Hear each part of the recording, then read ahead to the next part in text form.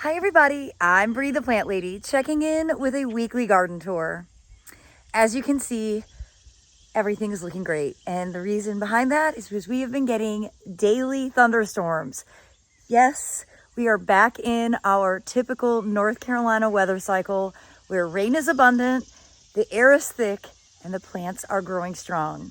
So let me turn this camera around and give you a view of all the plants that are thriving now in my Midsummer Fuquay-Varina, North Carolina garden. We have a lot of grasshoppers, but they're not doing that much damage. This one's super cute. Nope. But I think we have a good plant palette where the grasshoppers aren't really eating anything. Yeah. Did you see the cotton? I did not. I'm super excited. So it's purple leaf cotton, pink flower, and we've got cotton bolls forming. So we will get cotton this year. See, the flower is really pretty. They are pretty. It's a Japanese beetle. No, is it?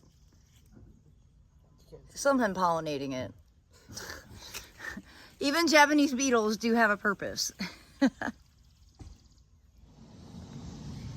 What a relief it is that we have not had to run the sprinkler for several days. And we had an inch of rain day before yesterday. It's just, we'll never take this kind of wet weather pattern for granted.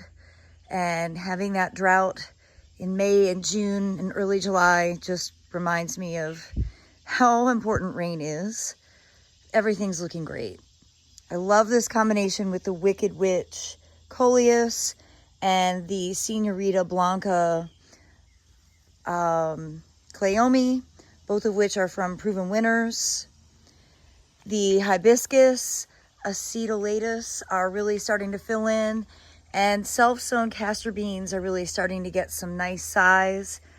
You know, the interesting thing about this bed is that it's definitely has two different viewpoints. You've got this front view with sort of the white, burgundy white. And then when you walk over here, which is actually how I primarily view it out that window from my spot on the couch, you get to see this view. And I'm really happy to have the two sort of contrasting approaches with that Cleome as sort of the peak point. The hydrangeas aren't making all my dreams come true, but for now they're fine. I'm probably going to end up moving them to a different location because I'm not 100% sure that I really want a permanent deciduous shrub in this border. I think if they had bigger, more substantial flowers, I would feel differently, but as they look right now, I don't want this to be a permanent element. You know, I really do like having annual beds because I like being able to change the beds out. I like being able to get creative with the plantings, and I don't want to fill this with permanent things. And just another shout out to this amazing salvia, once again and always covered in bees. Well, there's not much to report over here as we haven't actually done any garden projects, but it is great to see that this hydrangea paniculata sort of bounced back and starting to bloom. This is Sweet Summer, same over here. And then the Phlox paniculata Bright Eyes over here is doing its thing, and you can see swallowtail butterfly population has really exploded this week. So it's great to see them all floating around. And I'm really quite pleased really with how the north side is looking, considering it gets basically no maintenance at all. Rain makes all the difference in the world. Just having green grass again is such a visual relief. But you can see more crinums are in bloom. And though the echinacea keep getting eaten, they're definitely alive and well. So I was saying yesterday in a program I did at the Ralston Arboretum, these are my best echinacea, and they are in really dense shade. And that's an important thing to note for gardeners in the South. The information on the plant tag is more for zone 5, like the Midwest and Northeast. And so if something is rated for zone 5 and you're not doing well with it in full sun, you might want to put it in more shade. Our sun and our heat is different. But underneath this live oak is looking great. These Carex cherricanthus are fantastic. They definitely look better in more shade. even though this is relatively dry here at the base of this oak, they just are doing everything they're supposed to do. They look significantly better than the ones out in full sun in the native border. So I'm gonna be doing some edits there, but not until later in the fall or early winter. And I'd like to actually bring over more Carex cherokeensis and really fill in the ground plane under this live oak so that there's not so much open space for weeds to get established. Well, the wave isn't looking all that interesting, but I am pleased to see that, you know, things like zinnia are germinating. The sweet potatoes are growing, but the deer are just eating them every day. We do have more cosmos coming up, but of course, tons and tons of nutsedge. And now that we've been getting rain, fire ants are starting to surface again. So I need to put out some diatomaceous earth for the fire ants. I'm finding that that actually works more effectively than the fire ant bait. And you know, I had low expectations for this border anyway because it got planted in the middle of the drought. And it's fine for this bed to have a little rest.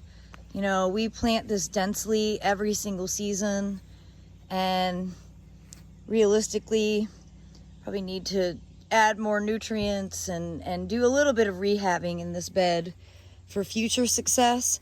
And also just reevaluating the plants because the trees have been in the ground for 12 years and they're really creating significant shade patterns.